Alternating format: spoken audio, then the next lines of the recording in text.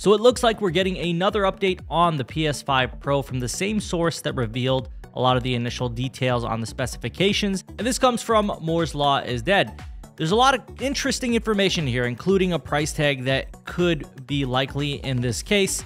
But before we jump into all the details here, if you guys could do me a huge favor and hit that like button, shows your support, goes a very long way. Subscribe if you're new, and share the video to help grow this community. I'll discuss the new information. According to Moore's Law is Dead, the console's Zen 2 CPU will be a 4 nanometer CPU, which means it will be denser and potentially provide additional improvements over the base model's processor, such as reduced power consumption, better cost efficiency, and smaller form factor, which is very interesting given the Pro model in the PS4 generation was a Big Mac of sorts, right? It was a lot bigger, to say the least, and also might even have been a lot louder. So it's interesting to see that this new Pro console is potentially going to be smaller in size, which would be very welcome given the size of the PS5 already, and even the kind of the slim model that we've called it ourselves is not exactly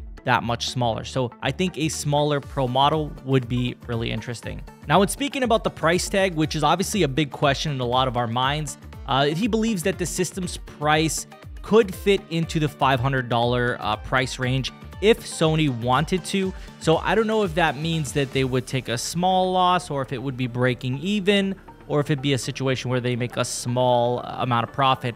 Regardless, we know that in the console race, it's not really about making money on your units that you're selling, especially in its first year. Even if it's the Pro model, it's not exactly important that they make a profit. Even if they're breaking even, it's more than okay. So in this case, if they could do a $500 price tag, I think not only would it appeal to more people, I think people who don't even have a PS5 would be more inclined to go out and get that Pro PS5, unless this meant that they would drop the base PS5 substantially. So we're talking like $150 difference, I think would be ideal in this situation for them to probably sell a lot more units on the base PS5, and then also bring people in who are double dipping on the PS5 Pro or coming in at the entry point being the PS5 Pro, which is something that Sony obviously would want. So a lot of benefits to not only the PS5's Pro size, the price tag could be very appealing, and the performance as well. And he goes on further to talk about the performance. Obviously, PSSR is a big question mark for us. What does it mean in terms of tangible results? And we don't know the answer to that yet. We just know that it's comparable to AMD's FSR and NVIDIA's DLSS. It's Sony's own version. And he goes on to elaborate on that, saying that it is not a fork of the upcoming AMD FSR 4 upscaler, and it has been, in fact, completely developed by Sony. So we're not going to see it carry the AMD FSR formula or whatever it may be in terms of what he was specifically referring to, and it's certainly not NVIDIA DLSS. It's going to be Sony's own version, and that could be a very good thing, just because Sony is very good at creating hardware, and what they do has been proven through the PS4 and the PS5, right? And I know the SoC is developed by AMD, but Mark Cerny has a big role to play in that as well, and we know that he has proven himself to be a mastermind in developing these consoles and what they need.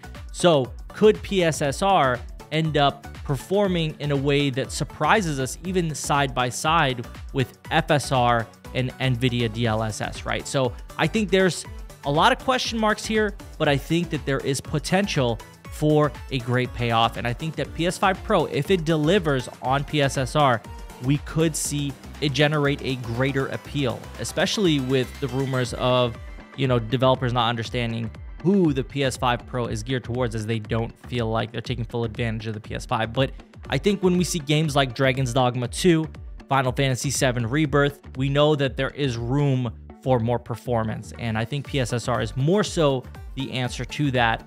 But we'll see, because we still haven't seen what that's like and what it means, technically speaking, in terms of tangible results. Let me know what you guys think in the comments about all of this. As always, if you enjoyed the video, please hit that like button. If you did not enjoy the video, hit the dislike button. Subscribe if you're new, and share the video to keep the community informed. I thank you all for watching. Take care.